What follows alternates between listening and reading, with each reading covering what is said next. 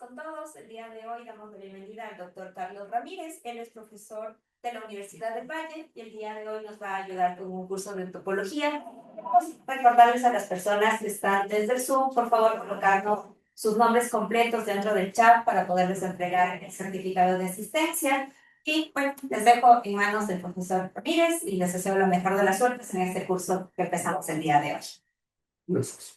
Una pequeña aclaración, soy egresado de la Universidad del Valle, pero trabajo en la Pontificia Universidad Javeriana Cali. Ah, sí. Vale. Ahí, de allí me están viendo, me escuchan bien, ¿cierto? Ok. Bueno, por las condiciones del salón no voy a poder escribir mucho, pero prometo que después lo haremos. No para asustarlos, pero haremos, escribimos algunas cosas que creo que son relevantes. Pero hoy voy a tratar entonces, dadas las circunstancias, de englobar la presencia del curso, hacia dónde va y qué es lo que quisiéramos recorrer en el camino. Entonces, TDA, análisis topológico de datos y Machine Learning, pueden parecer rutas distintas frente a la solución de problemas, pero debo insistir que no son rivales, no son enemigos, todo lo contrario, son totalmente complementarios. Creo que se busca Machine Learning, bueno, dependiendo del tipo de enfoque, si uno utiliza aprendizaje supervisado o no supervisado, busca patrones con los cuales comparar, utilizar una función loss para garantizar una suerte de aprendizaje y hacer que esa red converja razonablemente bien al patrón de aprendizaje. Y si es no supervisado, pues uno busca algoritmos eficientes que sean capaces de detectar patrones de manera eficiente, clasificar de forma robusta, de manera ajena al ruido y de tal manera que esa sensibilidad pues permita devolver resultados que revelen las características de los datos. Y ante el auge de todos esos modelos de lenguaje como ChatGPT, Gemini, DeepSeek, entre otros, la comunidad matemática ha cobrado una relevancia bastante fuerte. Hoy por hoy, ser matemático resulta muy llamativo porque todas esas empresas tecnológicas tienen esa necesidad de procesar el lenguaje, entender el lenguaje y construir guías generativas, pues ha dado un vuelto hacia la matemática muy, muy, muy interesante. Ahora, hay problemas, eso no resuelve todo, aunque uno tiene que ChatGPT responde lo que no quiera, pero aún no ha resuelto varios de los problemas del milenio, y si lo hace, pues bueno, ahí sí, hay que mirar qué cosas hay por hacer mientras tanto. Es decir, los problemas siguen abiertos, e incluso este nuevo mundo de Deep Learning y de Machine Learning, creo que abre horizontes hacia las matemáticas que son relevantes, significativos y tienen problemas potenciales muy, muy, muy interesantes. Entonces, una de las cosas que más dificulta en el caso del Deep Learning es el problema del preprocesamiento de los datos.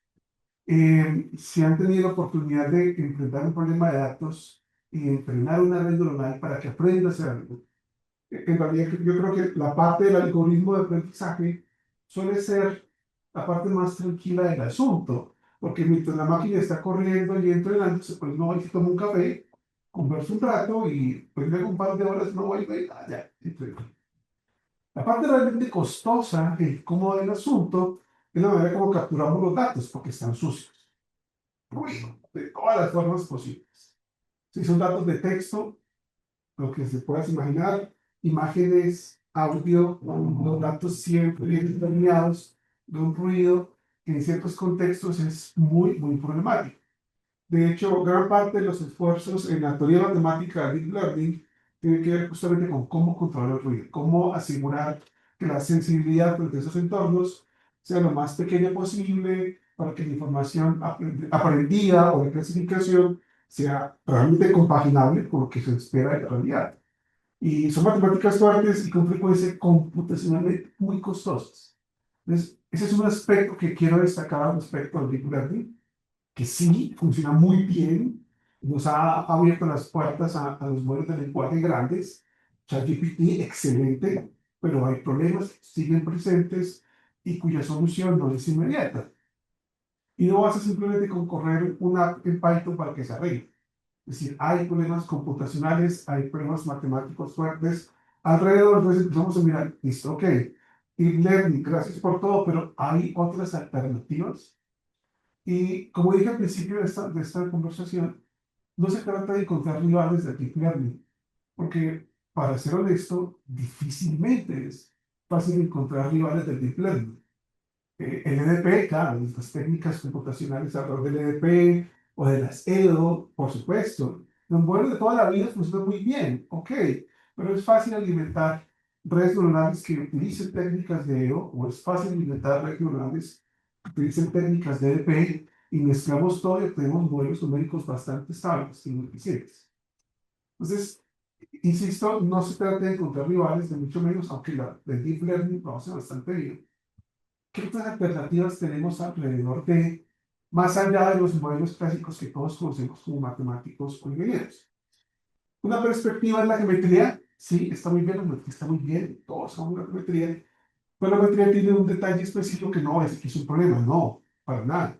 Es una característica de la geometría, es que en el caso de la geometría nos interesa el tamaño, nos interesa medir cosas específicas y no es lo mismo una esfera de radio 10, una esfera de radio 10.000.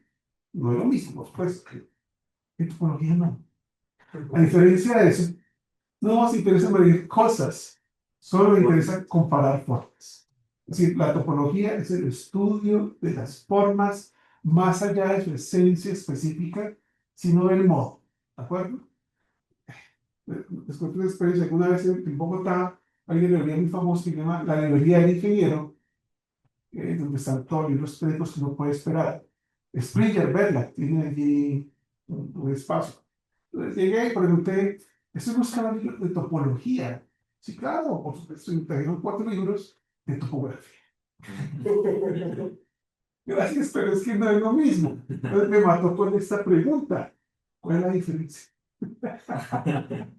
Todo lo podía hablar de abiertos, clausuras, infinitas. No, ¿cómo le digo sujeto en la topología? Entonces aparece la famosa definición de los topólogos, y es que la topología es el acto de explicar por qué una taza de café y una dona en esencia son la misma forma. Entonces, la intuición detrás de eso es bastante simple y tiene sentido. Sin romper, sin rasgar, solamente empujando un poco de forma suave, cómo podemos convertir objetos en otros objetos. Y eso es intuitivamente la topología. ¿De acuerdo? Entonces, si miramos las cosas desde esa perspectiva, la topología como más allá de la forma, entonces entendemos que no me interesa el tamaño de la esfera, sino, bueno, tiene huecos, por ejemplo. Entonces, ¿cuántos huecos tiene? La superficie de aquellos 2, 3, 4. Entonces, los huecos muestran diferencias notables con respecto a una esfera que no tiene huecos, no, solo tiene una cavidad. Entonces dice, bueno, ok, entonces la topología parece ser un divertimento, diría alguien, una especie de estructura matemática, axiomática muy interesante, y sirve para resolver problemas, aparte de poner a sufrir a los que estudian matemáticas. Y la respuesta es sí, la topología tiene una mirada particularmente útil que permite acceder a entender un problema esencial, que es lo que nos lleva a toda esta discusión, y es qué forma tienen los datos. ¿Cuál es el modelo clásico de los datos? Cuando un matemático o un ingeniero se enfrenta a un problema de datos, pues lo primero que se viene a la cabeza, y está bien hacerlo, es la estadística. ¿Cuántos datos hay? ¿Es posible medir el ruido? ¿Qué tan cerca están los datos? Esas estadísticas son útiles, por supuesto que sí, pero, lo tengo aquí, pero imaginen ustedes una circunferencia y una serie de puntos alrededor de la circunferencia. Ok, listo, pongamos 20 puntos alrededor de la circunferencia. Si ahora colocamos bloques, esos 20 puntos se parecen 5 puntos en la esquina superior de la circunferencia, otro acá, otro acá y otro acá, uno se daría cuenta que aunque conservan de algún modo, todos están rodeando la circunferencia, la disposición alrededor de sí que es diferente. La uniformidad alrededor de la circunferencia en otro caso se ha perdido. Y se notan claramente clústeres que son bien distintos y bien significativos si nos preguntamos por la forma de los datos. Si uno solo usa estadística, pues obtiene un promedio, una media y ya, para de contar. Pero más allá de eso, entonces, venga, y si queremos trascender un poco más e intentamos no solamente obtener información cuantitativa de los datos, es posible caracterizar la información de manera cualitativa. Y la respuesta es sí, y qué curioso, tiene que ver con los huecos, efectivamente. Entonces, ¿cuál va a ser, o cuál es el camino, el pipeline o el flujo de trabajo en cualquier proyecto o problema que uno quiera enfrentar con el análisis topológico de datos? El camino básicamente es el siguiente. Primero, identificar qué tipos de datos tenemos, porque cada tipo de dato tiene una forma de enfrentarse distinta. Tal vez el más clásico, aquel que todos enfrentamos en algún momento, son los datos tipo nube, los datos en RL, vectores, grupos de vectores, está muy bien, pero tenemos información de todo tipo, en particular, por ejemplo, grafos. Es, por ejemplo, decir que nada sirve para todo, pero todo sirve para algo. Contraejemplo, los grafos sirven para todo lo que te puedas imaginar. Un grafo siempre estará presente diciendo algo. Así que quisiéramos poder tener o manejar tipos de datos de ese estilo, grafos. Pero los datos también pueden ser imágenes, los datos también pueden ser audio, puede ser un formato MP3 con codificación de las señales. Entonces, lo primero es qué tipos de datos tenemos. Y una vez que tenemos los datos, el siguiente paso es cómo convertir esa información que está presente de manera bruta, como vectores, como grafos, como píxeles, como señales de audio, y las caracterizamos de una forma topológicamente manejable. Aquí la palabra topológicamente manejable tiene que ver con la esencia básica, es, ¿puedo decir que están cerca o lejos? Si uno piensa, por ejemplo, en el intervalo 0,1, nuestro querido 0,1, así como está, es solamente un conjunto de números entre 0 y 1. Más allá de que hay infinitos y todo lo que uno puede hacer al respecto del análisis de 0,1, es simplemente un conjunto de números. Pero cuando tú defines una métrica, por ejemplo, dices algo tan simple como la distancia entre x y y es cero, x y y son distintos y esos no son iguales. Es una métrica que aísla todos los puntos, ok, pero es una métrica. Y es una forma de decir que estamos cerca o lejos. Ahora, si yo cambio esa estructura métrica por x menos y valor absoluto, volvemos a nuestro muy conocido 0,1, una estructura de vecindades que estudiamos todo el tiempo cuando definimos el concepto de límite o el concepto de continuidad. Entonces, la primera moraleja es, ok, entonces, ya para bajarnos un poquito de esa idea arriba de que la topología es de vasos de café a donas, qué rico un café y una dona.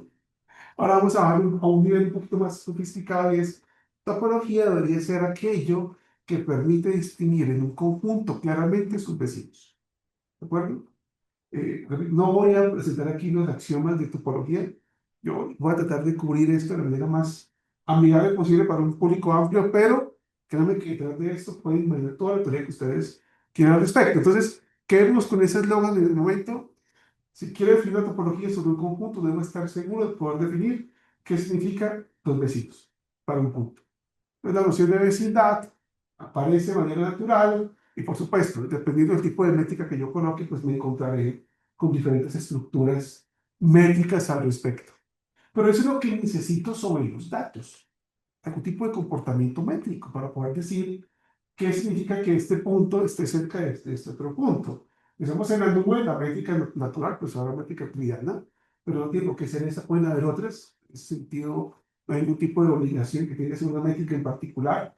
Repito, eh, um, muchos de esos procesos frente a Machine Learning tienen que ver con teoría dirigida por datos. Reemplace teoría por lo que sea. Deep Learning, Machine Learning, topología, clasificación, lo que sea.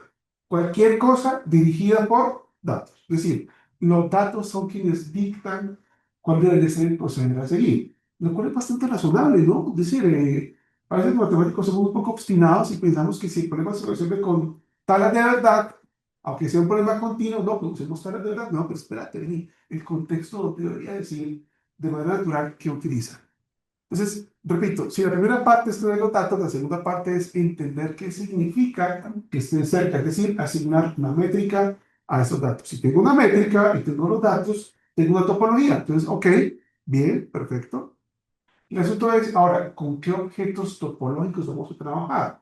Y vendría la tercera fase de este ciclo, de este pipeline del TDA o de la TD. ¿Qué objetos vamos a tomar para poder caracterizar nuestra noción de cercanía? La respuesta es, hay un montón, pero la naturaleza nos dicta que podemos basarnos en lo ya conocido.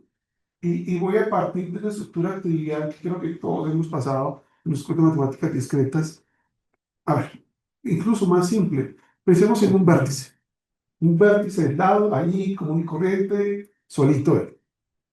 Pero la vida solo es un poco triste, acompáñenlo. Vámonos, otro nodo. Y hagamos que se conecten entre ellos. Entonces, miren cómo saltamos, entre comillas, dimensión. Teníamos nodos aislados, sin conexión aparente, y ahora a través de una lista establecemos una suerte de conexión que determina muchas cosas. Incluso si la lista está etiquetada, pues puede ser una medida de la fuerza con la cual estos dos nodos se atraen. Esa medida en física, por ejemplo, en química es ampliamente usada. Pero miren que estamos hablando de estructura de una dimensión. ¿Listo? Pero pues ellos todos, no, venga, pongamos un tercero para que la cosa se ponga interesante. Entonces podemos generar de nuevo un vínculo entre este nuevo nodo con los otros dos y tenemos un triángulo. ¿Quién no conoce un triángulo, no? O sea, de toda la vida, ¿no? Entonces, lo chévere de los triángulos, aparte pues de las...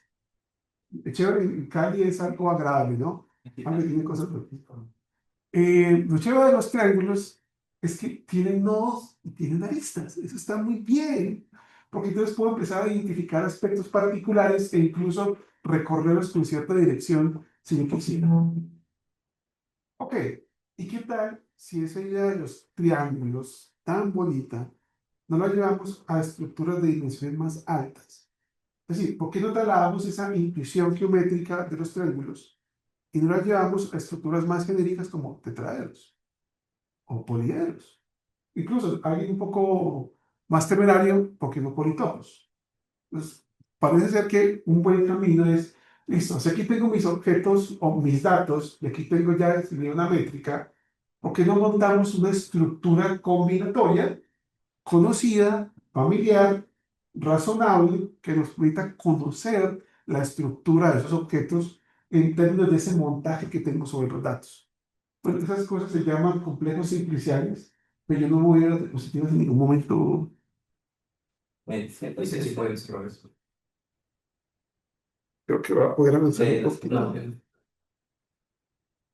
Aprobar, ¿cierto? Listo. Ok. Bueno, aquí hay un poquito del comentario que hice hace un momento. Ok, entonces ahora sí, lo que decía hace un rato es, venga, ¿por qué no llevamos esa idea tan bonita del triángulo, que la conocemos completamente, y nos la trasladamos a estructuras un poco más sofisticadas, tetraederos o otro tipo de estructuras simétricas, y los montamos sobre los datos? Bien, esta noción, que repito, aquí es intuitiva, eso hay que definirlo de manera más precisa. Voy a tratar de hacerlo. Bueno, hoy no, por las condiciones, pero prometo que lo haré.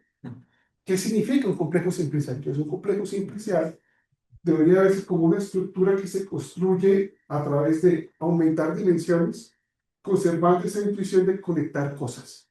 Pero no solamente conectar cosas de cualquier forma. Si uno piensa en una lista que conecta dos vértices, hay un camino entre ellas dos, una especie de conexión directa, literalmente empieza en una hormiga, una hormiguita, que la coloca sobre la lista y puede moverse perfectamente entre los dos vértices. Con el tiempo pasa lo mismo. Si colocamos el triángulo y lo llenamos, la hormiguita puede caminar adentro o puede caminar por fuera de una frontera. Me estoy adelantando, pero... Y esa noción es perfectamente clara, no me salgo de la región. La intuición de los complejos simpliciales es exactamente la misma. Si ustedes de pronto están familiarizados con la noción de envolvente convexa, esa sería la definición perfecta de lo que es una simplicidad. Una envolvente convexa. Punto en el que son puntos, tenemos un punto P0, P0 menos P1, P0 menos P2, P0 menos P3, todos son afín, finalmente independientes, lo cual significa que siempre estoy en una frontera o adentro. Pues, ok, me garantiza que siempre estoy parado en caras de la superficie o adentro de la superficie en el interior de una de las caras. Y eso está muy bien, porque repito, nos llevamos la intuición de los triángulos tan bonitos, tan queridos, tan conocidos, y no lo llevamos a una dimensión más alta, ¿vale? Eso está perfecto. Ok, tenemos entonces complejos simpliciales montados sobre los datos. Ok, ¿y eso de qué nos sirve? Yo lo que diciendo que muchas veces el problema de la estadística y del machine learning es que sí, aprendemos patrones, clasificamos cosas, pero perdemos la esencia de la forma porque todo se convierte en aspectos cuantitativos. Comparamos con un patrón o detectamos con un número de clúster, decimos, mire, hay 5 tipos de personas en esa universidad, ok, pero no me dice cuál es la forma, alrededor de qué se ubican, o qué tendencias tienen, o incluso qué cosas no copan en un cierto espacio. Entonces, en este punto es donde la TD aparece proveyendo el concepto de agujero que voy a definirlo de manera muy sucinta sobre esta definición matemática, pero imaginen una superficie que tiene adentro una cavidad de dimensión K más 1 que está rodeado por una frontera que no se puede compactar en un punto. Yo creo que esto merece ir un poco más despacio, pero debemos, siendo técnicos, esa sería la definición de hueco. Pero un hueco, pues, es un hueco. Imagina una superficie con huecos. Pero la definición de hueco, repito, tiene una predicción matemática que voy a presentar. Pero, repito, esta primera presentación tiene un carácter muy intuitivo en principio. El asunto es el que si yo logro caracterizar los huecos, voy a obtener información significativa respecto de cómo se comportan los datos. Y haciendo un spoiler gigante, los estudiantes del curso de APD en Cali tomaron datos de transporte de accidentalidad en mi ciudad y utilizaron un complejo simplicial sobre los datos de accidentes localizados geográficamente y detectaron huecos. Entonces, ¿qué significan huecos? Hay varias cosas. Para que se den cuenta del poder que tiene la TD. Claro, ¿se puede usar Machine Learning? Sí, seguramente. Pero es muy posible que se hubiera dado cuenta de cosas como estas. Yo les voy a mostrar en una charla posterior que en el mapa de Cali los huecos son 2 cosas. Parques, pues, a no ser que un borracho se meta por un parque, pero ahí casi no hay accidentes. O viviendas, tampoco queremos que los carros se metan a las casas, pero había carreteras con huecos. Qué interesante. ¿Y por qué esa carretera no tiene huecos? ¿Qué significa eso? Significa que son puntos donde no hay accidentalidad y en los otros sí. Ahora, pues, una vez hecho eso, ¿cómo se interpreta? Es interesante que en las zonas donde había huecos, o sea, no había accidentalidad, la mayoría está bien montada. Se movilización, se sabe que hay pasos de tránsito, etc. O sea, está muy bien. Las zonas rojas, densas, con pocos huecos, en cambio, revelan geográficamente todo lo contrario. Hay zonas donde no hay, bueno, es una ciudad latinoamericana, Cali es una ciudad latinoamericana, así que con frecuencia hay zonas que no están funcionando y la falta de cultura vial, y bueno, no es un tema de clasismo, pero sectores un poco más deprimidos de la ciudad tienen altas tasas de accidentalidad. La falta de cultura vial es un factor que incide muchísimo en la accidentalidad. La topología contó esa historia de manera muy natural. Ok, entonces, ¿por qué necesitamos los huecos? Repito, porque los huecos revelan características topológicas, ausencia de espacio, ausencia de contenido en la cual se requiere actuar de algún modo. Yo decía hace un momento en la definición de agujero, a hablar de superficies o fronteras que no se puede encontrar en un punto. En la siguiente sección, discutir un poquito rápidamente estas ideas de manera intuitiva. No quiero entrar en una discusión topológica fuerte, pero aprovecho justamente esta diapositiva para ilustrar la idea de complejo simplicial, cuándo sí y cuándo no. Fíjense, nuestro querido triángulo, por supuesto, no podía fallar como complejo simplicial, pero miren que también lo acompaña un nodo. Este nodo solo, por supuesto, es también un complejo simplicial, lo cual revela una cosa.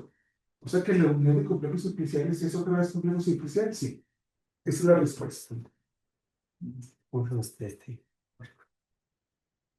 a ver si queda mejor audio. Ok. ¿Se está escuchando bajito? Yo sí estaba escuchando, pero por ahí hay algunos. Ok. Eh, No, pero está bien. Bueno, espero que aquí me estén escuchando mejor. Vale. Ok, este es un ejemplo de estructuras, algunas de ellas van a ser complejos especiales, otras no. ¿Ustedes se atreven a decir cuáles sí, cuáles no? La F, ¿no? ¿Por qué no? No está pegada. Entonces, Los bordes, ¿no? si hay un complejo simplicial y intersecto complejos simpliciales, una de dos. O simplemente no se tocan, comparten completamente una cara. Que no es lo que está pasando aquí, o sea que eso no puede ser un complejo simplicial. ¿Cuál más no será complejo simplicial? El B. Uno dice, ve, mira, este es un complejo simplicial, claro que sí. Si este lo quitamos de acá, le dejamos solamente como está en este caso, claro que es un complejo simplicial. El problema es que si intersecto y la estructura intersectada debe conservar la forma de un complejo simplicial, lo que yo me encuentro aquí es solamente este nodo. Pero este nodo tendría que ser cara de este complejo y de este. Pero es solamente cara de este complejo. ¿De acuerdo? Repito, hay definiciones precisas al respecto, pero creo que la intuición de la tiene bastante clara. Entonces ya con eso vamos bastante bien. Entonces, ¿por qué, repito, por qué hablar de complejos simpliciales? Porque antes solo teníamos datos ubicados de cualquier manera y ahora hemos montado sobre ellos una estructura combinatoria. Lo bonito de las estructuras simpliciales es que son estructuras combinatorias. Pueden ser tratados como en la estructura computacional como una lista y eso es muy manejable. Es totalmente manejable computacionalmente hablando, pero lo que nos interesa aquí es los huecos. Entonces, antes de pasar a hablar de huecos, creo que el mayorista está familiarizado con el concepto de dualidad, pero si no lo está, podemos realizarlo muy rápidamente. R es una maravilla. Todos vamos a R. Es hermoso. Porque su estructura métrica se comporta demasiado bien. Concepto de vecindad, cercanía. De hecho, usamos el concepto de límite y continuidad. Está bien claramente establecido. O sea que qué bueno poder estar montados de algo que se parezca a R. Pues bien, una variedad es justamente eso. Es un pedacito de algo que se parece y se comporta exactamente igual que un pedazo, que una ola de radio epsilon consciente en un espacio vectorial de R. ¿Cuándo? Eso de parecerse, para ser más preciso, es un isomorfismo. Sería una forma de establecer una comunicación directa entre el conjunto de la variedad y la bolita de red.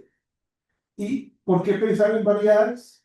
Porque es posible pensar que las variedades tienen o no tienen fronteras, e incluso calcular su dimensión. A veces siento que el concepto de dimensión puede ser un poco extraño, pero a ver, lo que pasa es que el concepto de variedad, y me parece muy simpático el concepto de variedad, porque cuando hablamos de variedad y se parece a una bola, lo cual significa que me interesa todo localmente. Es decir, me interesa el material de lo cual está hecha la variedad. Por dar un ejemplo, pensamos en la circunferencia unitaria como algo del plano, ¿no? Un estudiante de un curso básico de cálculo pensará en la circunferencia como algo de grado. Uno necesita dos puntos, una coordenada para poder ubicarse en la circunferencia. Sí, pero si lo piensas localmente, ¿de qué está hecha la circunferencia?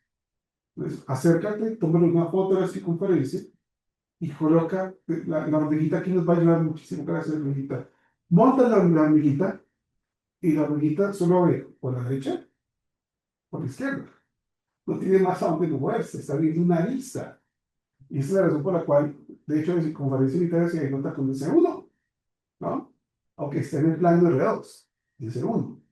Un proceso parecido pasa exactamente igual con el concepto de esfera. Si pensamos en la esfera que está en R3, en realidad si colocas una hormiguita alrededor de una circunferencia montada sobre la esfera, la hormiguita solamente ve alrededor plano, no ve en tercera dimensión. ¿De acuerdo? Entonces, el concepto de variedad es extremadamente útil porque nos porta inmediatamente al concepto de dimensión que es lo que estamos buscando. ¿Huecos de qué dimensión? Es decir, todo ese discurso que estamos presentando aquí tiene el ánimo y el interés preciso de poder entender la forma de los datos aparte de sus huecos o cavidades. ¿De acuerdo? Que claro, dependiendo de la dimensión en que estemos trabajando, pues tendrá formas distintas. Y prometo que voy a llegar a eso, pero creo que la intuición de lo que estamos haciendo empieza a revelar esas características de forma muy particulares. Ustedes ven, por ejemplo, esta región, miren que encierra un hueco. ¿Lo ven? Aquí hay una región del plano, encerrada por una frontera que no puede colapsarse en un punto. Es decir, estamos hablando de homotopismo. Entonces, aquí, digamos, la siguiente parte de la sesión. No es muy rápido, ¿cierto? Ok. Ok. Creo que el chat están pidiendo el chat. Ah, sí, es que no me escucho muy bien. El chat, sí, yo quería ver si hay una pregunta. Puede ser el Tú no chat, tienes puede ser acceso el al chat. chat. Sí, sí que no se escucha muy bien, pero ahí sí no sé. Sonido probando. Ahí me escucho Pero mejor. es que hay que dijeron eso, no sé. Y 3:20. Sí, ¿Ahorita? Ah, entonces el micrófono. Ese micrófono que está pegando hay mucho eco. mucho eco. No sé.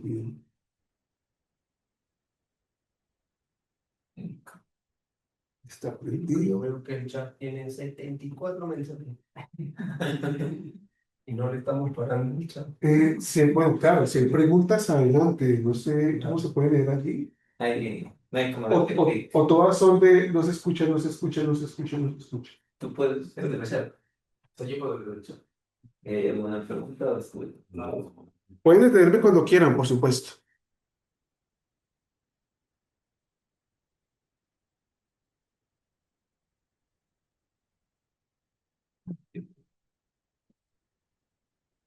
Sí, aprovechando que hoy no puedo escribir, si hay preguntas, por supuesto que Lo que pregunto. Dice si la figura es un complejo por compartir un vértice.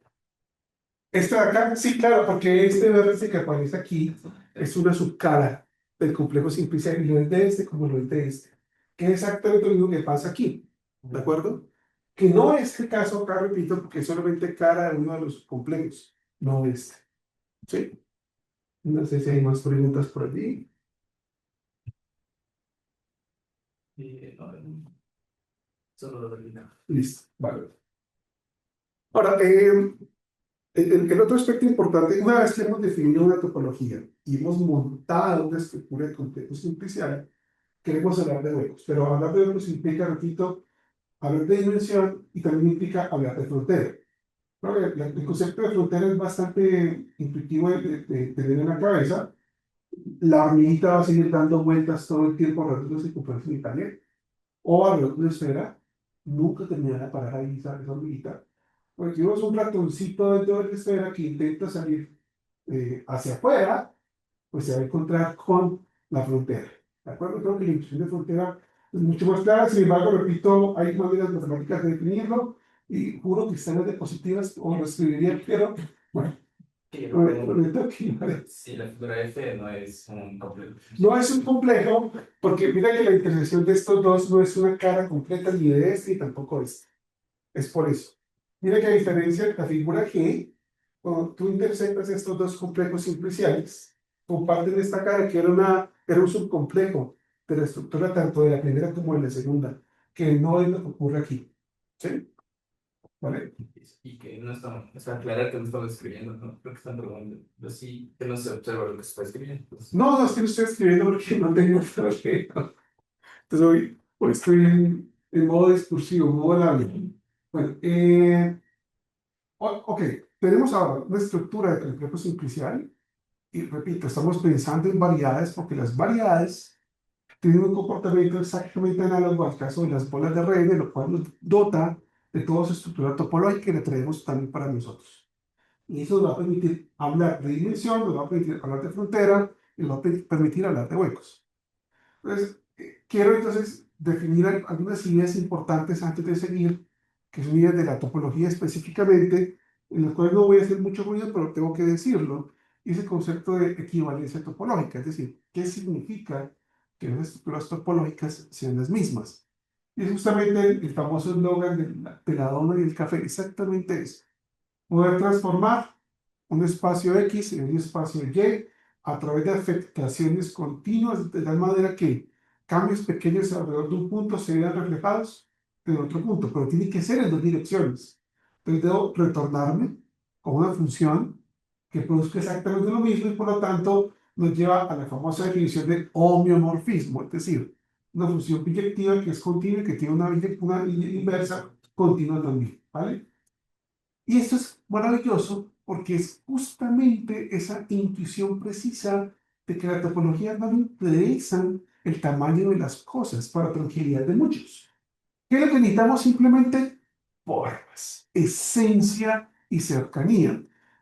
Tal vez el ejemplo típico de cualquier curso de análisis, toma del intervalo abierto -1, 1, es homeomorfo con todo R a través de X sobre 1 más valor absoluto de X.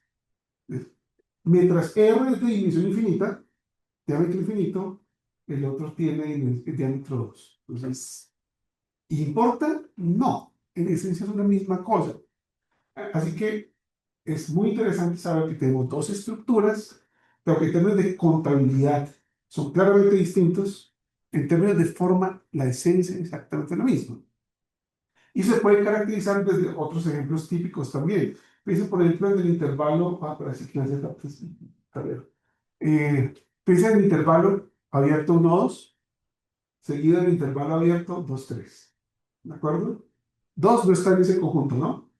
Pero más allá de eso, pues sí, ¿no? Es muy parecido al intervalo 1, 3. Ok. Sin embargo, topológicamente son bien distintos, porque uno tiene un hueco, el otro no. El otro tiene dos componentes conexas, el otro es un conjunto conexo. Y de nuevo, aquí la topología tiene cosas que decir. Entonces, cosas como esas no podrían ser homomorfas, ¿de acuerdo? Y ese es el famoso caso también, por ejemplo, de... Aquí creo que no se parte. Ujú. Miren este caso, esfera. La esfera es homeomorfa al cubo, porque es posible transformarla a través de deformaciones continuas de un lado al otro, conservando la intuición de cambios pequeños en un lado, deben ir también al otro lado. Y ahí Berta consta el homomorfismo explícito ahí. Entonces dice, venga, venga, usted me está diciendo entonces que usted puede caracterizar, por ejemplo, los complejos simpliciales a través de un bonito homomorfismo y decirme qué forma tienen los datos. No te voy a decir que no. Está bien, encuentre el homomorfismo. Los topólogos aquí sabrán que encontrar un homomorfismo o probar que es un homomorfismo es una pesadilla insufrible. Ustedes quieren hacerle daño a un estudiante de doctorado, pongan a probar que no funciona, es un homomorfismo. O sea. Entonces, sí, ok, los homomorfismos, no lo voy a negar, son una forma muy precisa de establecer cuando dos entidades topológicas se parecen. Está bien. Pero hay un problema técnico de detectarlo y probar que efectivamente esa cosa es un homomorfismo. Entonces, ¿qué hacemos? La gente de topología algebraica pues, ha pensado en otro tipo de estructuras que tienen que ver con los grupos de homotopía, es decir, lazos alrededor de una superficie que pueden aplacarse hacia el origen. Piensen en la geometría como esta, la situación geométrica parecida a esta. Piensen en la circunferencia unitaria. Tengan en cuenta que la empujan de un extremo, de un lazo, y van jalando hasta que se va apretando, apretando, apretando, hasta que ¡pum! Se convirtió en un punto. ¿De acuerdo? En el caso de los homomorfismos, que su equivalencia es un poco más fuerte, yo no podía aplanar superficies. No puedo coger la esfera y aplastarla como una arepa. En Colombia las arepas son un plato delicioso. Hagan de cuenta que es como una papa, usted le quita la papa, ¿no? La papa y la aplastan. Eso no es topológico, hermano. Eso no. Eso no se puede hacer. ¿Listo?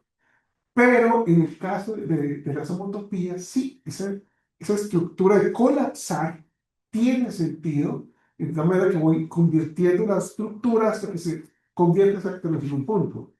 Un ejemplo también clásico es el caso del disco puntureado, el disco con un punto en la mitad, que lo que hacemos es empujar desde el disco punteado hacia afuera hasta que ¡pum! Se parezca a la frontera. Ese es otro típico ejemplo de homotopía.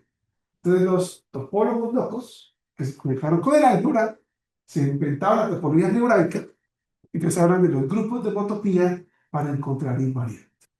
Pues, al igual que los homomorfismos, ¡qué bonito! Sí, claro, pero vaya, encuentren los grupos de homotopía de una variedad cualquiera.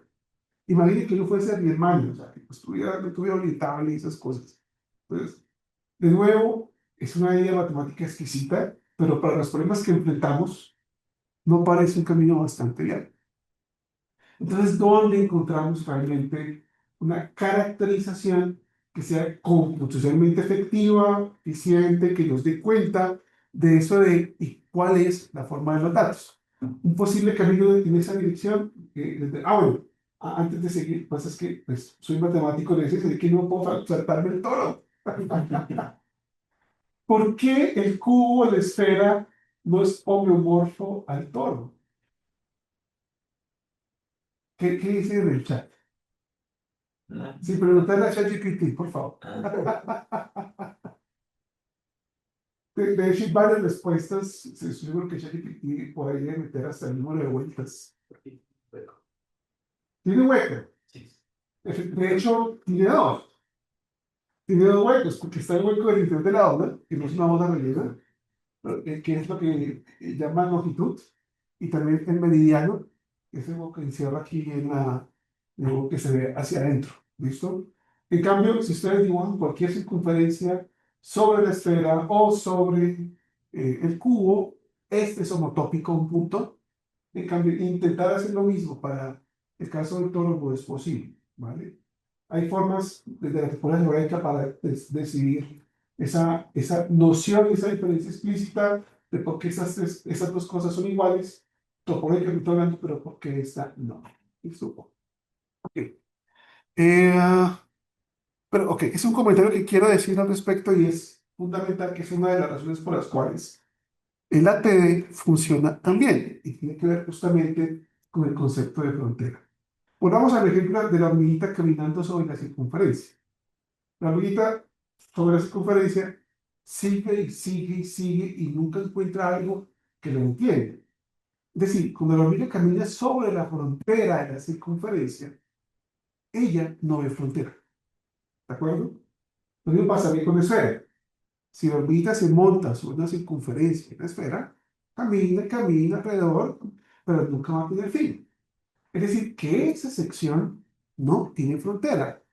En otras palabras, matemáticamente hablando, la frontera de la frontera es vacía. ¿Listo? Pues hemos capturado, de hecho, los topólogos algebraicos son los que dicen que es la cosa más linda de la naturaleza. Me parece exagerado.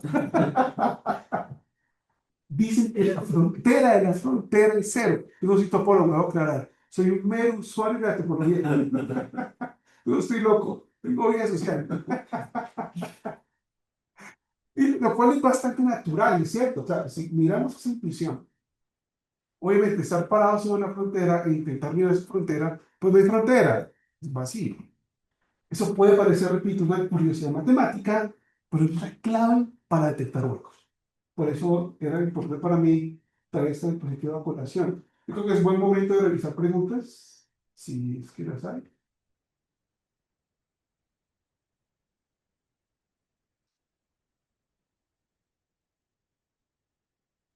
No, no hay preguntas.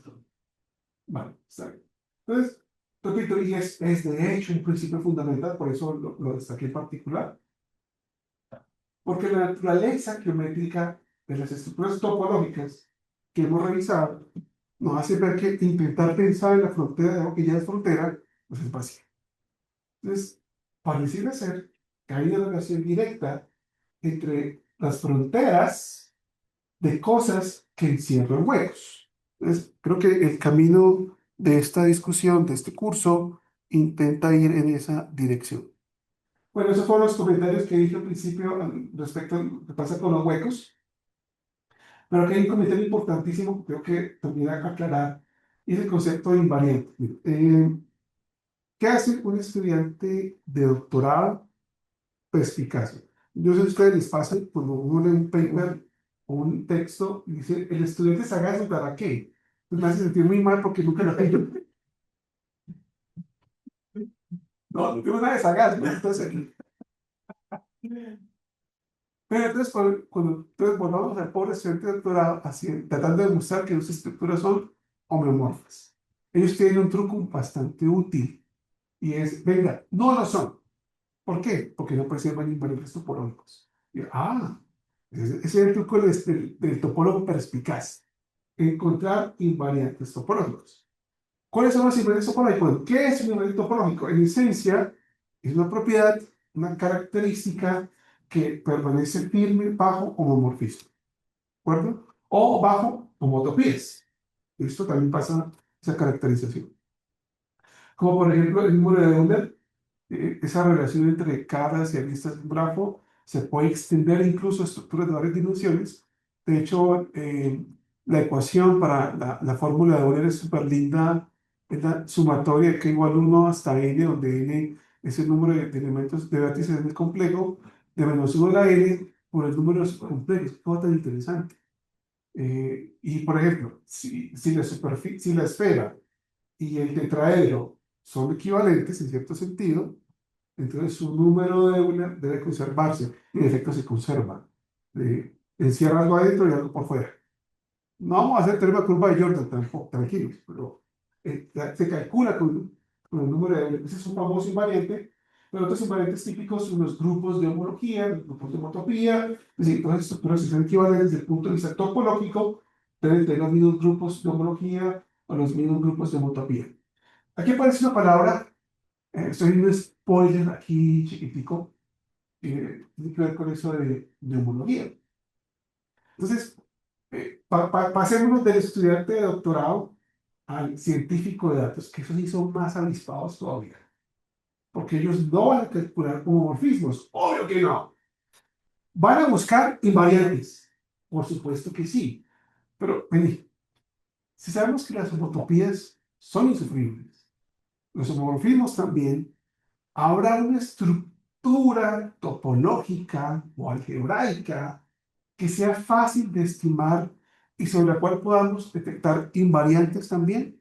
La respuesta es sí, y son las homologías.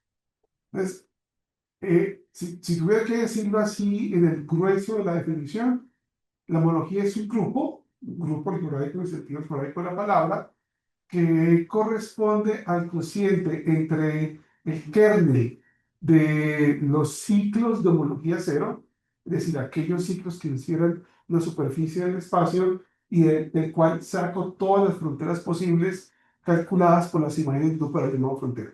Esto lo voy a hacer en detalle, tranquilos, lo voy a hacer en punto de detalle, pero lo que pasa es que no encuentro una forma humana de decir que es una homología. Pero del grupo, la homología es, intuitivamente hablando, es, venga, encerremos huecos. ¿Listo? Encerremos huecos. Hagamos ciclos. Primero, hacemos como, hay que volver a la infancia, ciclos de la infancia. Esto es bonito. Porque con topología hablamos de plastilina y de formar cositas. Y ahora hagamos huequitos. ¿Listo? De pronto marca. Así sea la única figura que haga un marcador, ¿cierto? Por ahí. ¿No? Es una cosa tonta, pero sí me gustaría como... Oye, hay una pregunta.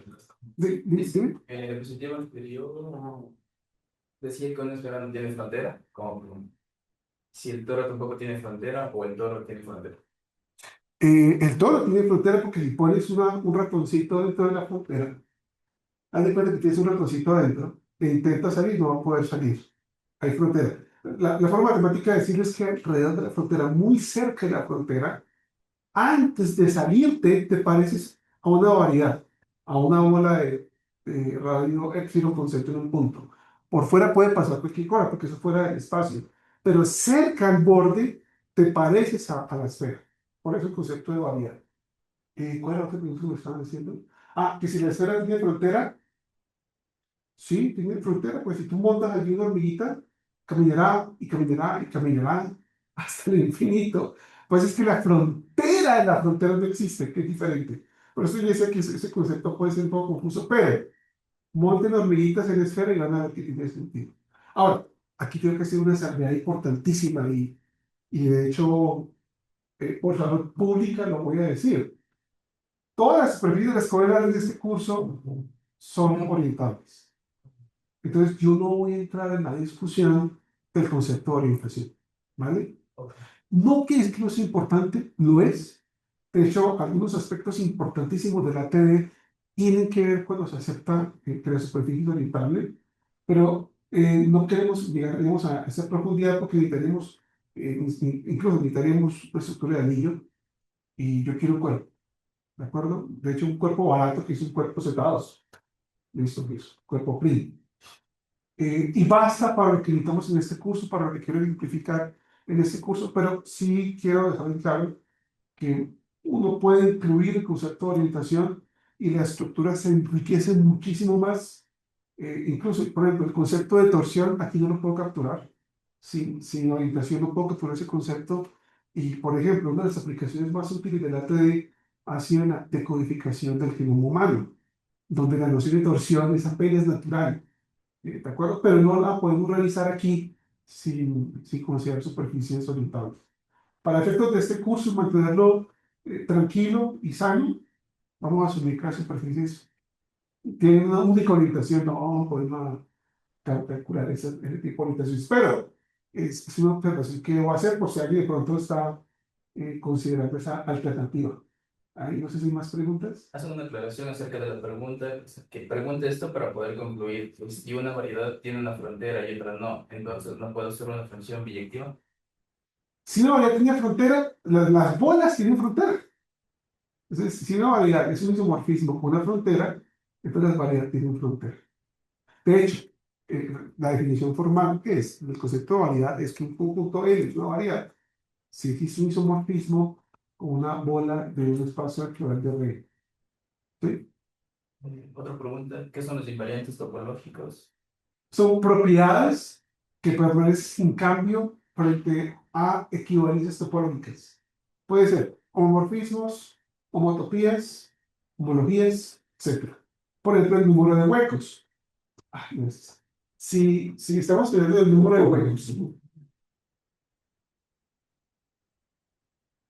espera, no se ve, ¿cierto? No se ve. Sí, sí. Pero la esfera de huecos es cosa que sí tiene, por ejemplo, el caso del toro.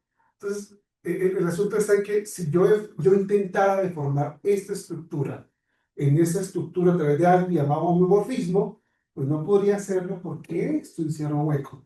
En cambio, este no. ¿Listo? Por eso los huecos deberían preservarse bajo invariantes. Y es la razón, repito, por la cual esta onda y una taza de café sí son los masturbados. Tiene un solo hueco, que es el asa con el cual cojo el café y ese huequito de la deliciosa dona con topping de chocolate. ¿Listo? Ok. Entonces, en el punto en el cual quería llegar es que en todo este ciclo, lo que estoy haciendo es contarles el ciclo del ATD. Y en medio del proceso aparecen ideas topológicas que creo que es necesario enunciar y lo que hemos venido haciendo a lo largo del discurso.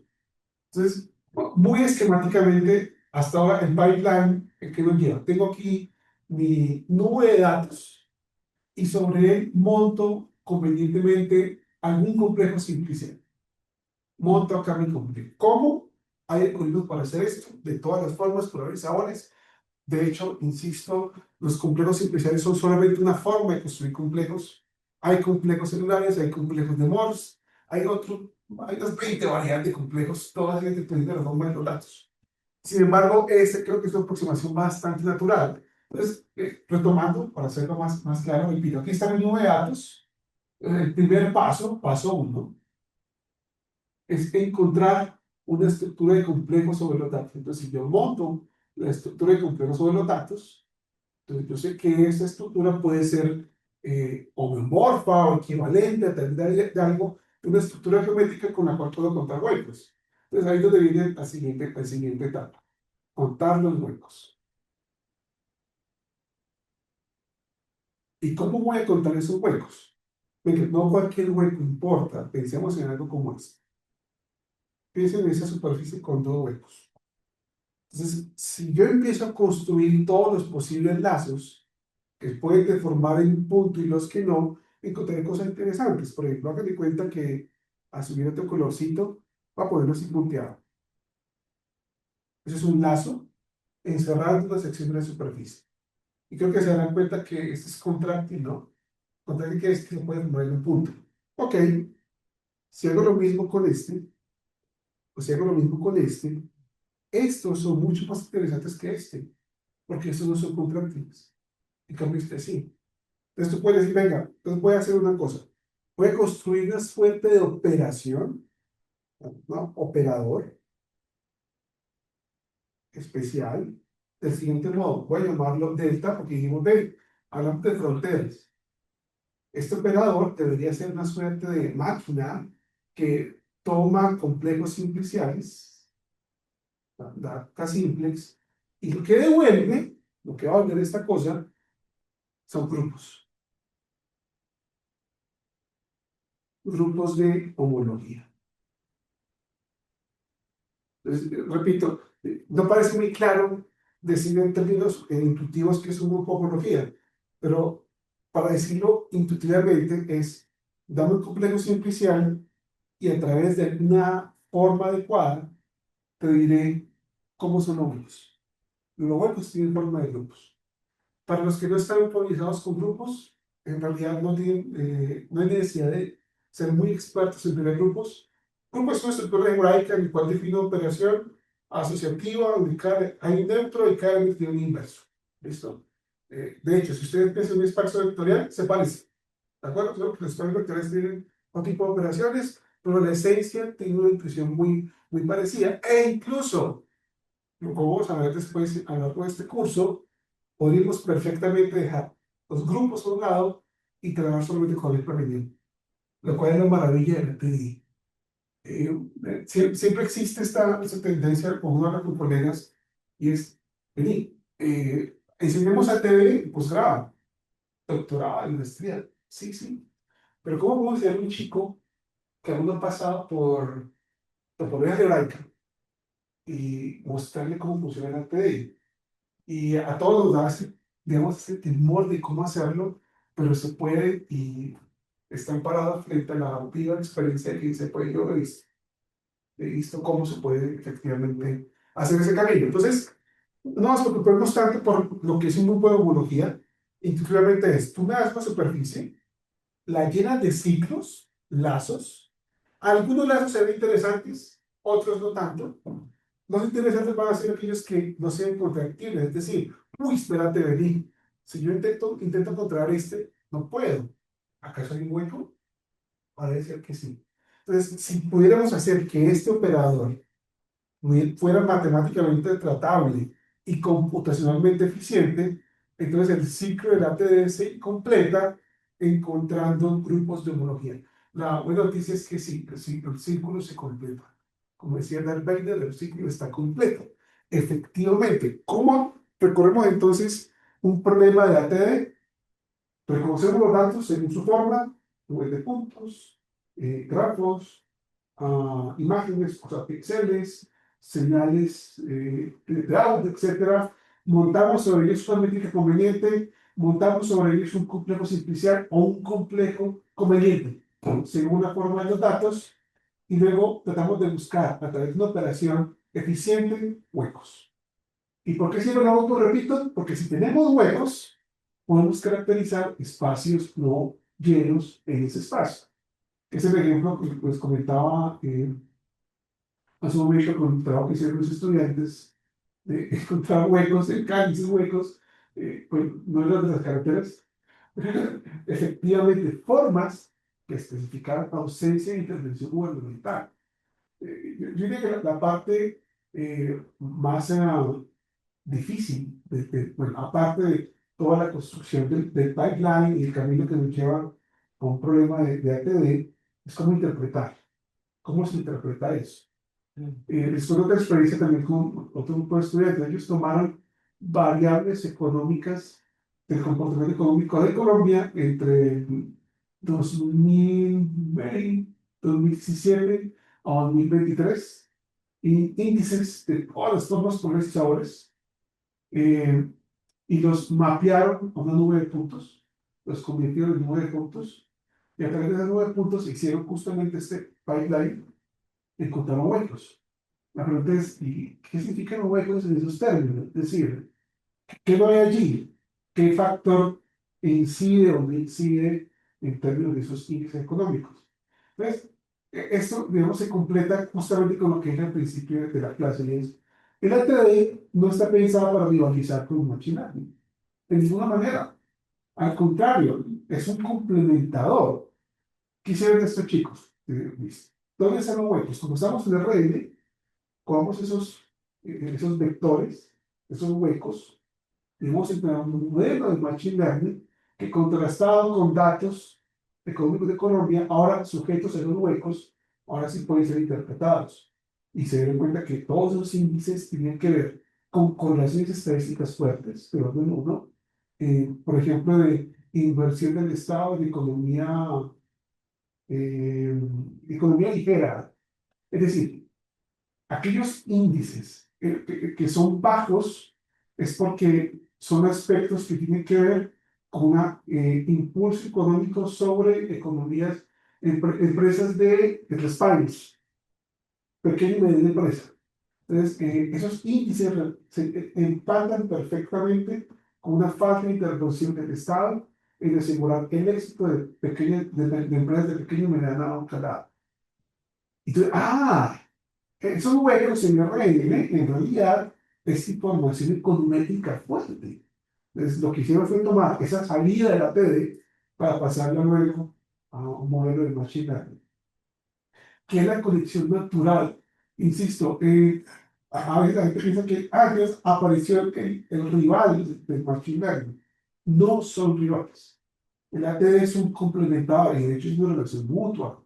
A veces la nube de puntos puede venir perfectamente de la salida del modelo de Machine Learning. Y pasó mucho. Y, por ejemplo, nosotros trabajamos en un proyecto con un físico con temas del sol. Pues los físicos y sus cosas, no tomaron de falso. Ellos querían detectar la incidencia de estas nubes de polvo solar que reflejan mayor calor y esas cosas. Entonces tenían esas fotos y la pasaron por un modelo de Machine Learning de clasificación, una red convolucional que encontraba como ciertos puntos en los cuales había mayor tendencia por los índices de explosiones. Pero, ¿y aquí qué? ¿Será que la topología nos puede contar la forma al respecto? Y sí, pero lo que ellos nos dan son ya los datos clasificados de los píxeles específicos, usamos ATD y les contamos los huecos. Es decir, aquellos puntos en los cuales efectivamente hay revoluciones o estructuras en los cuales el sol tiende a reflejar mayor calor o mayor tendencia a esas explosiones solares. Ahora, pues, ¿para qué cosmología? Pues bueno, no, está bien, no preguntas por el sol, está bien. Pero creo que hay aplicaciones todavía aún más impactantes en el mundo de la TD. No sé si hasta aquí hay preguntas. Ahí te pregunta. Melissa pregunta, ¿para qué sirve saber la forma completa de los datos? ¿Qué puedo escribir con esto? ¿Por qué no basta el ACP? ¿ACP? Sí. Análisis de componentes Ah, principales. de PSA. Ya, ok, ok. En español. Ok, ok. Mira, es una muy buena pregunta. Y revela justamente la distinción entre geometría y topología. El PSA es un método de reducción de dimensión que depende de la métrica específica sobre la cual estén los datos. Y eso está muy bien porque, por ejemplo, tener que interpretar datos en dimensiones altas se pone muy difícil. Si soy capaz de bajarlo a una dimensión más bajita, con PCA o UMAP, esto es muy famoso, UMAP también ha sido muy relativamente, pero ambos dependen de la geometría del asunto. ¿Qué pasa si los datos son altamente ruidosos? Y en eso sí tengo que ser honesto. El Machine Learning suele ser, bueno, dependiendo de la arquitectura, bastante sensible al ruido de los datos. Y eso es un problema bastante, de hecho, yo lo que vi, hemos entrenado modelos de muchos datos, los bajamos de dimensión para poder caracterizarlos fácilmente y nos comemos casi toda la interpretación de los datos. Ay, muchas veces por ejemplo también, sí, claro, porque no usó la nueva arquitectura, pero eso siempre va a ser un factor incidente al momento de procesar con Machine Learning. Pero sí, la dimensión tiene un costo desde el punto de vista biométrico. Por ejemplo, que dice hace un momento, no es lo mismo una esfera de radio 10 o una de radio 1.000.000. Pero en topología, sí. Entonces, esa esencia costosa computacional de tener que utilizar las métricas específicas, medir la curvatura, número de grados, todo tipo de cosas de la función diferencial que pueden ser computacionalmente muy costosas. En topología son bastante ligeros de calcular. No voy a decir que todo, pero casi todos los algoritmos fuertes en topología son de baja complejidad. Cuando digo complejidad, estoy hablando de complejidad lineal, n log n. Dijo que el más costoso que yo conozco, topología computacional, es un algoritmo polinomial de orden 3, es de la 3, lo cual no es lo mejor, pero estamos hablando de algoritmos exponenciales. Efectivamente, conocer la forma no solamente es útil en términos computacionales, pero también es útil en términos cualitativos. Aprovechando que tengo este caso de tablero acá, y creo que esto tiene que ver con la pregunta que nos hace ella.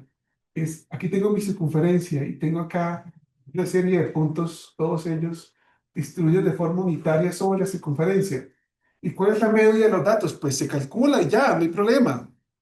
Está muy bien. Pero mira qué curioso, aunque se conserva la media, pero si yo hago esto, evidentemente esta característica cualitativa sí que es diferente a lo que aparece acá. Esto no me lo cuenta el Machine Learning, esto me lo cuenta el ATD. Y eso ya, si lo notas, hay en esencia incluso un mecanismo de clasificación ya. ¿Por qué se acomodan alrededor de estas ubicaciones? ¿Por qué? Eso ya es interesante de por sí y el RTD lo hace y lo hace de una manera bastante eficiente. Entonces, no quiero decir que es que sea la utopía del mundo de la computación matemática, no. Es un elemento auxiliar que acompaña al Machine Learning en esa interacción natural entre los dos, hace métodos mucho más sofisticados entre problemas de altísima complejidad. No sé si hay más preguntas.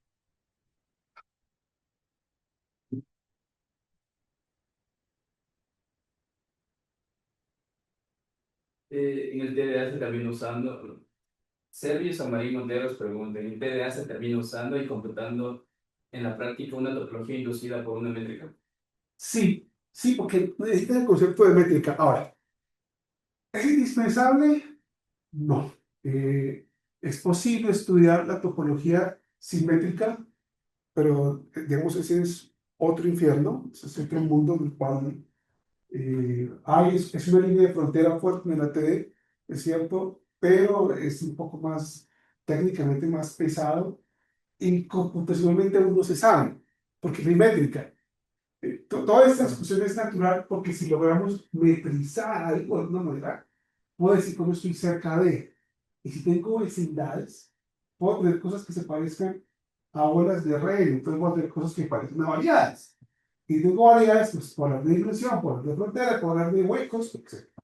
Entonces, sí, de algún modo hay que terminar calculando de alguna manera métricas. Ahora, lo interesante, o la buena noticia es que casi todos los datos de interés ante los cuales enfrentamos como problemas o son vectores de red, o son grafos, o son imágenes, o son algún tipo de señal. Y en todos ellos hay métricas. ¿De acuerdo? En todos ellos hay formas de medir. Entonces, de esa manera, pues, sí, es parte del ATD métrico, está bien, pero no es necesariamente una complejidad adicional. ¿Vale? Y ahí más o menos. ¿Está bien? Listo. Yo voy a mostrarles después un script de un proceso de análisis de ATD sobre texto totalmente construido en Python. A mí me gusta Python y si a alguien le gusta R, pues está mal. ¿Has visto que R asigna de izquierda a derecha? Hombre, o sea, ¿qué estabas pensando? Pero R permite paquetes de ATD. Bueno, es un tal aspecto que vamos a discutir en el curso, pero digamos, hay un spoiler, porque la buena noticia es que casi todos los paquetes fuertes de analítica de datos de Python tienen ya su paquete de TDA, el famoso Skylab. Y con el que casi todos entrenamos una red, tiene su paquete de TDA y bastante bueno. No es el único, hay 20 librerías, yo conozco ya como 20 librerías de ATD para todos los colores y sabores, fines, objetivos y resultados. Así que en ese sentido, la cosa computacionalmente está muy bien respaldada. Y alguien que entra al mundo del ATD no va a tener que programar desde cero, difícilmente tendrá que construir código de cero. Ya hay módulos muy bien implementados. Bueno, tuvimos una experiencia, un proyecto de estudiantes que se arrancaron desde cero, estaban trabajando sobre grafos y les dio a ellos para trabajar con grafos dirigidos. Hay un complejo muy famoso en grafos que es el complejo de Docker, que intenta construir una estructura geométrica de color simplicial sobre grafos, pero para grafos simples, no dirigidos. Y pues lo tuvieron que programar de cero. Lo lograron, pero no fue una tarea muy bonita de ver. Ok, justamente es toda esta discusión que hemos hecho a la idea de que la homología es una suerte de herramienta para contar huecos. También conserva de manera natural esta idea de que las estructuras topológicas equivalentes deben preservar este tipo de estructuras. Es muy normal que en el caso de homologías, voy a adelantarme, la letra H, K, X, esta notación, significa un grupo de homología de dimensión K sobre el espacio topológico X. Entonces, si uno le toma el rango a esta estructura, pues lo que te encuentras es un número muy interesante que es lo que llaman el número de Betti de dimensión K. ¿De acuerdo? Los números de Betti, pues la gente lo puede llamar que ya como se hizo hace rato, le llamaban los números de Betti, son los huecos.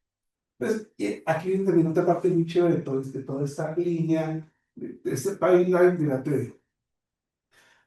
Los huecos no son cualquier cosa. La dimensión de los huecos es muy significativa. Los huecos de dimensión cero son las componentes conexas de la estructura del espacio topológico. Entonces, miren que si logramos calcular H0 de X, yo tengo un método de clasificación barato, tengo un clasificador de lo que hacía Camils, ya yo tengo con este método topológico. B1, lo que cuenta son huecos a través de lazos, huecos de dimensión 2. Me explico. Bueno, aquí está. Esta superficie está, no sé si ustedes la ven en 3D, no, esta superficie está en R2, ¿no? Uy, nunca pensé que mis dibujos pudieran llegar a eso. Pero miren que aquí estos huecos están en dimensión 2, miren que están encerrados por una frontera de dimensión 1. Y miren lo simpático, como la frontera de este hueco tiene frontera 0, porque es una frontera, ¡ay, señor! Usted está encerrando un hueco de dimensión 2. ¿Listo? Los huecos de dimensión 3 son, como dice la palabra, cavidades, que es lo que ocurre, por ejemplo, con el toro o con el esfera. ¿Listo? Y eso es lo que vamos a entender como el concepto de homología. Huecos en ciertas dimensiones que se corresponden con variedades de una dimensión que están adentro de un espacio. Esos huecos siempre tendrán fronteras que no son contractibles con el punto. Y entonces creo que en este momento pues es chévere ver justamente que esta discusión técnica tiene un sentido geométrico muy intuitivo. Miren, por ejemplo, acá H0, tres componentes conexas, pero miren que H1 es cero, porque no hay ninguna de estas que no sea contractible con un punto. ¿Listo? No es muy similar, nos diría que aquí hay cuatro componentes conexas, no hay huecos de dimensión 2. Lo mismo pasa con este de acá. Aquí la cosa se pone un poquito más interesante. Miren que hay dos componentes conexas. ¿De acuerdo? Esta y esta. Pero miren que hay dimensión hueco, que es el de esta región, de este espacio. Lo mismo pasaría aquí. Miren que en este caso tenemos una sola componente conexa. Miren acá, una sola componente conexa. Pero tenemos tres huecos. Este de acá, este de acá y este de acá. ¿Listo? Aquí lo mismo, miren. Una sola componente conexa y hay cuatro huecos. Todos ellos encerrados por fronteras de dimensión 1. Encierran regiones del espacio que están por fuera de la región que está en rojo, que son de dimensión 2. Y pues los clásicos que ya hemos venido mirando, miren que esta es una sola componente conexa, miren que no hay huecos, no hay túneles, y aquí esto debe ser H2. Miren que H2 es 1 porque se encierra lo que está por dentro de la esfera. ¿Qué es lo que hicimos hace un momento del toro? El toro es una superficie conexa, por supuesto que sí, eso es fácil de probar.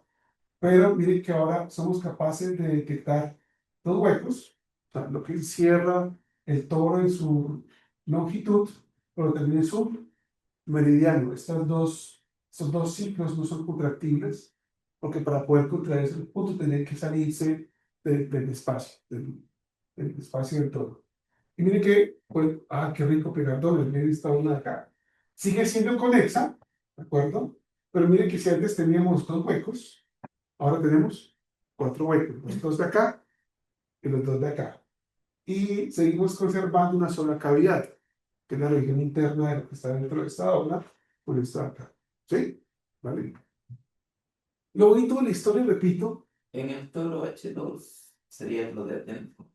sí, es lo que está encerrando, la cavidad que está encerrando, porque mira que lo que tienes acá adentro es una dimensión, una variedad de dimensión 3 encerrada por una frontera de dimensión 2 que es la superficie del toro. Sí. Pero ahora, imagínense contar esos huecos con homotopías.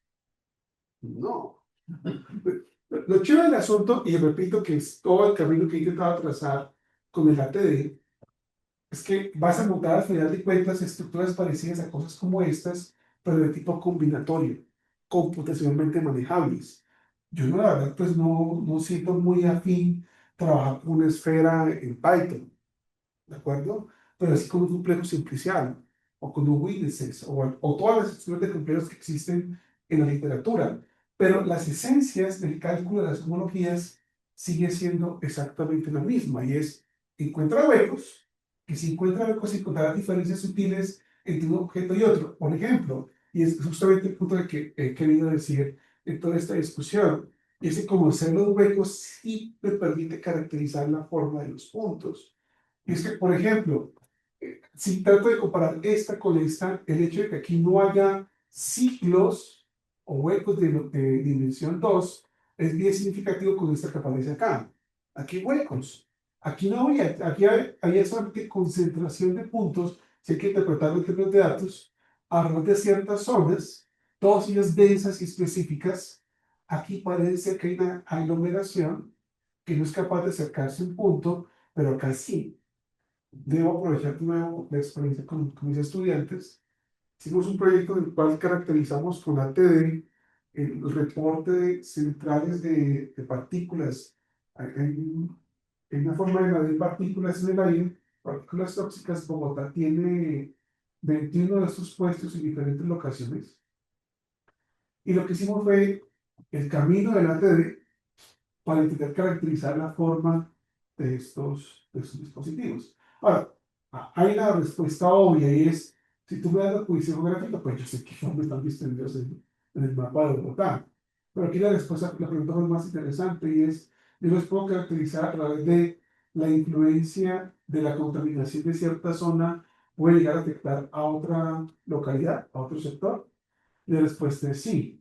¿Y cómo lo hicieron? Pues lo que hicieron fue utilizar a manera de patrón de control análisis estadístico. Utilizaron pruebas de hipótesis y con esos valores de umbrales los utilizaron como parámetro para las vecindades de los complejos simpliciales y se dieron cuenta que estadísticamente había correlación entre ciertas zonas con otras.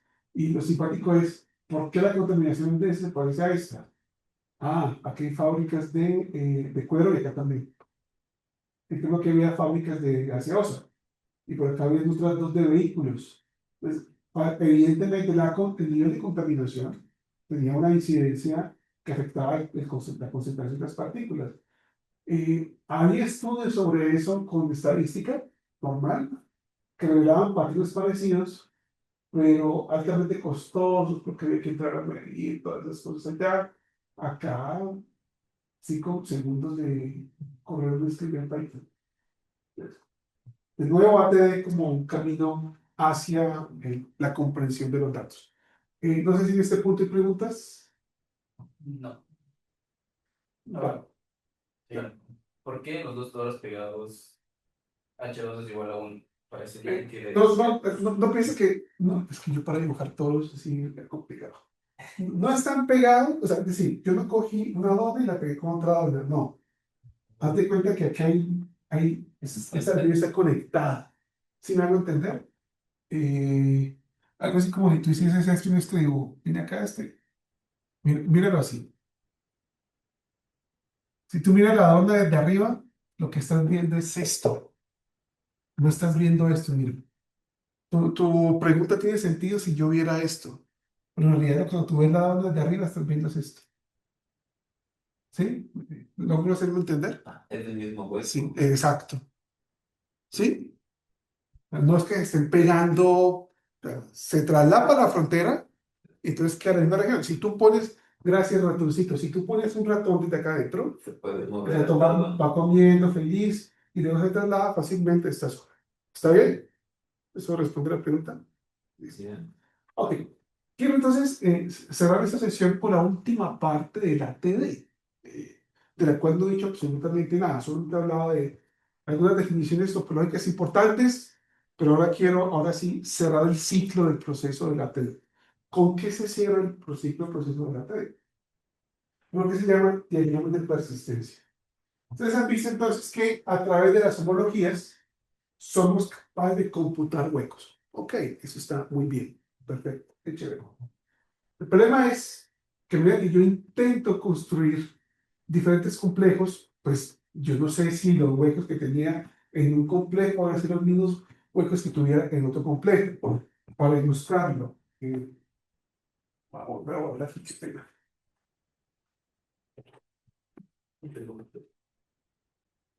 Vamos a llevar por ese número de puntos arbitrario. Tengo ese número de puntos ahí. Y voy a decir, bueno, voy a construir algún tipo de estructura sobre ellas. Igual, como tengo una métrica, voy a calcular vecindades, construyo mis vecindades. A partir de las vecindades voy a poder montar luego mis complejos y está bien. Ok. Bueno, pero ven, ¿y qué tal si tú modificas por un momento el tamaño de estas bolas? Las cosas pueden cambiar considerablemente. Si yo aumento las bolas, pues yo puedo hacer algo así, por ejemplo. ¿De acuerdo? Mira la siguiente diferencia. Aquí se conserva el hueco. Aquí se ve que hay un hueco. Acá en cambio no. Entonces tú miras, ¿y cómo escojo este epsilon, este radio acá? ¿Cómo lo determino? ¿Por qué no uno más chiquito o por qué uno más grande? Entonces la respuesta es, prueba con varios. ¿Por qué no más bien intentas probar con varios valores de ese radio? Incrementas las vecindades y ves qué pasa. Pues, la pregunta es, ¿y qué pasa? Pueden pasar varias cosas. Miren que en uno de los casos, los huecos se conservaron, en el otro caso no. Ahora, para ser honesto, si ustedes piensan en los datos originales, los puntos en forma de 8, pues ve aquí hay evidentemente como huecos. Aquí. Cualquier estructura topológica montada sobre ella que dé cuenta de su forma debería ser fiel a la presencia de esos huecos. ¿Cómo controla eso la topología? Bueno, ese es tal vez creo que uno de los grandes logros de quienes han impulsado toda esta línea de investigación y es, venga, tenemos una cosa. Como estamos preservando características vía homología, tenemos que llevar cuenta de aquello que vive y muere. Por ejemplo, en este primer caso, viven los huecos. En el segundo caso, murieron. Listo, con bolas de densidad más grande. Entonces, el camino a seguir es montemos eso de bolas con diferentes patrones de epsilon, variando de un rango al otro. Ahora, eso se parece mucho en este punto a Alex y los hiperparámetros. En el deep learning, los hiperparámetros son valores cuantitativos externos al modelo, como por ejemplo el número de ciclos de entrenamiento de una red neuronal, eh, el tamaño de capas que uno va a montar sobre la estructura de la red. Son cosas externas al modelo per se. En ATD ocurre algo parecido. La elección de epsilon es más un hiperparámetro que es importantísimo para el comportamiento de la salida del modelo, como ocurre con Machine Learning. Entonces, repito, lo que hicieron los padres del ATD fue llevar un registro bastante explícito de cómo esas características se conservan o desaparecen a medida que los valores de epsilon van aumentando. De tal manera que, a través de un modo gráfico muy útil, yo puedo percibir qué ciclos fueron muy pequeños, o sea, qué aspectos fueron realmente poco importantes, pero hay cosas que sí permanecieron constantes por mucho tiempo. Eso que estoy diciendo y que va a ser parte del curso, no quiero anunciar todavía, es lo que se conoce como diagramos de persistencia.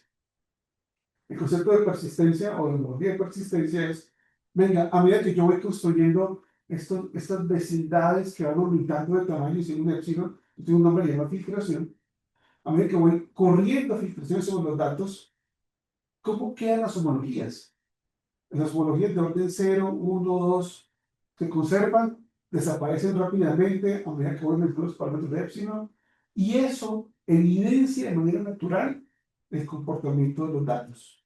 Porque, por ejemplo, si hay un hueco de dimensión 1 a lo largo de todo el tiempo de existencia del parámetro epsilon, significa que siempre hubo un hueco. Y eso es muy relevante en los datos. De hecho, lo que leen los usuarios de la TD al final es el diagrama de persistencia. Cuando se procesa, miren, dice que quedó vivo y van a mirar qué es relevante. Lo que es chiquito, es decir, que tiene un tiempo de vida muy pequeño, es ruido. No importa, no es significativo. Y el costo de hacer eso es muy bajo en comparación a lo que había que hacer en casos modelos estadísticos, técnicas, que ese tipo de cosas. Aquí solo hay que mirar una barra. Las barras más grandes son los datos más significativos de los datos. Eso es lo que realmente revela la información. Y completado ese proceso, ese ciclo final, que se interpreta y se dice, bueno, entonces, ¿qué significan esas barras caracterizando los datos? Si son componentes conexas, si son ciclos o si son cavidades. ¿De acuerdo? Y con esa información interpretada ahora sí al contexto de que estamos hablando de accidentalidad, índices económicos, contaminación, histología, en el caso de fotografías de imágenes de cáncer, eh, flujo de electrones en un cuerpo a través de una corriente, etcétera. En fin, las aplicaciones de la TD, de la cual también tengo dedicada una sección en este curso, son innumerables y ha cobrado, repito, gran relevancia, no porque se trate de una técnica mejor que el machine learning, no. Lo que pasa es que la intuición geométrica y topológica que caracteriza de forma cualitativa los datos revela mucho que en términos cognitivos no estaban presentes y que además computacionalmente es bastante más barato que la mayoría de los métodos de machine learning. Es tan relativo, yo no sé, nos ha pasado que hemos tenido que pasar un día entrenando un modelo. Y al final no va, un día. Y volver a ajustar los parámetros. En ATD no se requiere tanto para obtener conclusiones, mejoras, refinamiento del proceso. Entonces yo lo que espero es que esta sesión haya sido un abrebocas bastante amplio de cuál va a ser el camino que vamos a recorrer, y ya en las siguientes sesiones prometo ser un poco más detallado con las observaciones que hemos tratado de presentar aquí. No sé si tienen más preguntas. Sí. Servio San Martín Monteros pregunta, ¿pero qué característica me podría indicar la presencia topológica de un hueco en una nube de datos? Por ejemplo, vuelvo al caso de lo que hicieron mis estudiantes con accidentes de tránsito. Encontraron huecos de dimensión 2, es decir, hay una frontera de dimensión 1 rodeando el espacio. Entonces, ¿qué esperábamos ver en el mapa? En algunos casas, parques, pues también carreteras. Y eso sí que me interesaba. ¿Por qué carreteras con huecos? O sea, sin accidentes. Y la razón, cuando hicimos la correspondencia, es que había zonas en la ciudad de Cali que están mucho mejor semaforizadas que otras secciones de la ciudad. Esas secciones densas, sin huecos, llenas de discos, lo que revela es que hay falta de cultura vial o que hay problemas de semovilización muy intensos o ausencia de carreteras en buen estado. Entonces, esa información cualitativa capturada de la esencia topológica de los datos. Y ese es solo un ejemplo. Hace un momento comenté el caso de contaminación, también descubrimos que hay una correlación en cuanto a qué fábricas o qué tipo de fábricas están presentes en ciertas zonas de la ciudad. Incluso ayuda a tomar decisiones.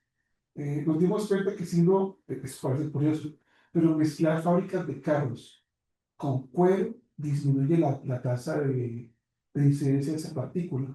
O sea, donde había regiones cercanas a carros y cueros, los otros eran más grandes, menos contaminación. Es curioso. Eso merita un estudio bioquímico para entender por qué pasa eso. Pero si una, digamos, disposición territorial, qué tipo de fábricas podemos colocar para que la gente que va a vivir acá no sea afectada tanto, pero también necesitamos producir, venga, ponga carros y ponga cueros, qué sé. Toma decisiones, eso es muy, muy interesante. Espero que eso haya aclarado tu pregunta. Melissa pregunta, si X son puntos en Rn, ¿hasta qué valor de K es informativo calcular el H sub K de X? Es una muy buena pregunta porque más allá de que hay igual a 3, ya que vamos a ver, o sea, qué forma tienen esos complejos iniciales. En realidad, y te soy honesto, para el caso de nubes de datos, o sea, R3, hasta ahí es interesante, hasta H3, para ver las cavidades. ¿Dónde nos encontramos cosas más interesantes de dimensiones superiores? Por ejemplo, en grafos.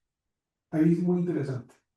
Porque aquí el concepto de hueco en grafos tiene un sentido diferente, tiene que ver ya con componentes conexas o tiene que ver con los componentes fuertemente conexos, por ejemplo, que tienen una interpretación diferente al caso de la nube de datos. Allí, dimensiones de homología más altas es un poco más interesante, aunque no se puede visualizar tampoco, pero tiene una interpretación de grafos mucho más directa que el caso de nubes de puntos.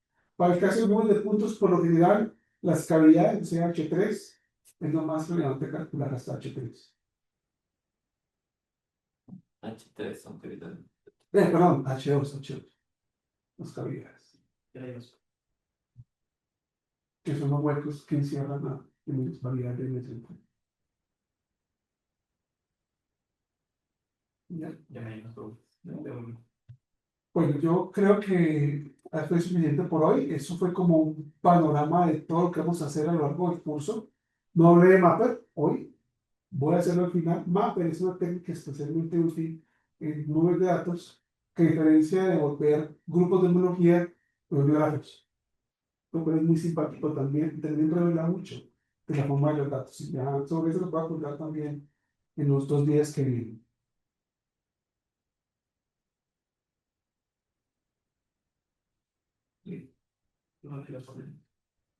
¿Listo?